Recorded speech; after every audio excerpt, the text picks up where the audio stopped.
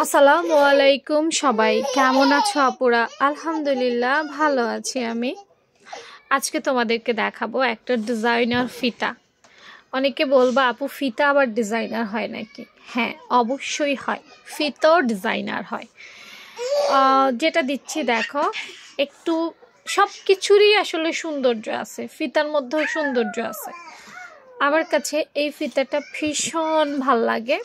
এটা হচ্ছে কেমন আমি বলি, নিচের জায়গাটা চিকন করে, হ্যাঁ, আর এর পরের জায়গাটা মোটা করে।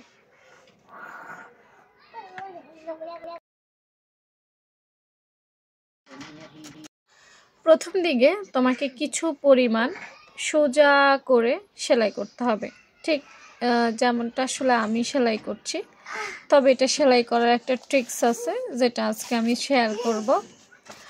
এ ধরনের ফিতা সেলাই করতে গেলে সবসময় মনে রাখবা ডোরি ফিতার মতো সেলাই করার চেষ্টা করবা, ডোরি ফিতার মতো। হ্যাঁ, মাঝখান দিয়ে সুতাটা ঢুকিয়ে, এই দেখো মাঝখান দিয়ে আমি সুতা ঢুকিয়ে রাখছি, এবং সেটা আমাকে এটা কাপড়টা উল্টাতে সাহায্য করবে।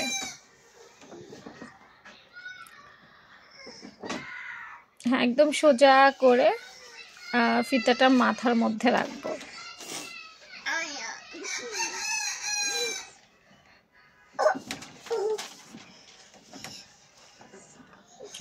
সুন্দর করে সেলাইটা একদম সোজা যেন হয় সেদিকে খেয়াল রাখতে হবে, এবং সুতার মাথাটাও যেন বাইরে থাকে সেটা খেয়াল রাখতে হবে। আসলে একটু মনোযোগ দিয়ে যদি তোমরা দেখো তাহলেই বুঝতে পারবে।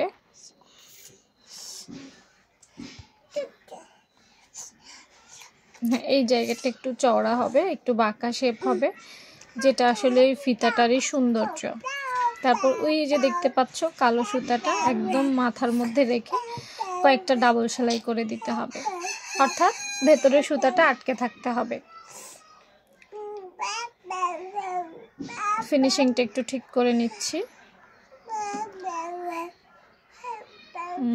এখন দেখো আমি ভেতরের যে সুতাটা আছে সেই সুতাটা ধরে, এই যে দেখা যাচ্ছে, হ্যাঁ, এই ভেতরের সুতাটা ধরে এখন আস্তে আস্তে ধরে টান দিব।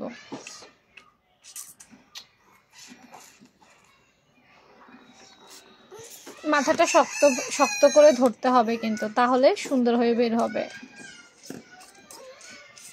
এই দেখছো বের হয়ে গেছে। আমাকে এটা উল্টাতে আর কোনো কষ্টই করতে হয় নাই। এরপর এই সুতাটা আস্তে তুমি কেটে ফেলো, কোনো অসুবিধা নেই। আর আমাদের ফিতা হয়ে গেছে। দেখছো কত সুন্দর হয়েছে না ফিতাটা? বলো তো, নর্মাল ফিতা থেকে এই ফিতাটা অনেক বেশি সুন্দর হয়, অনেক বেশি। তো কেমন হয়েছে জানাতে ভুলো না। আর রুমাপুর পেজটা এখনও যারা ফলো দাও নাই, ফলো দিয়ে রাখো। আল্লাহ হাফেজ।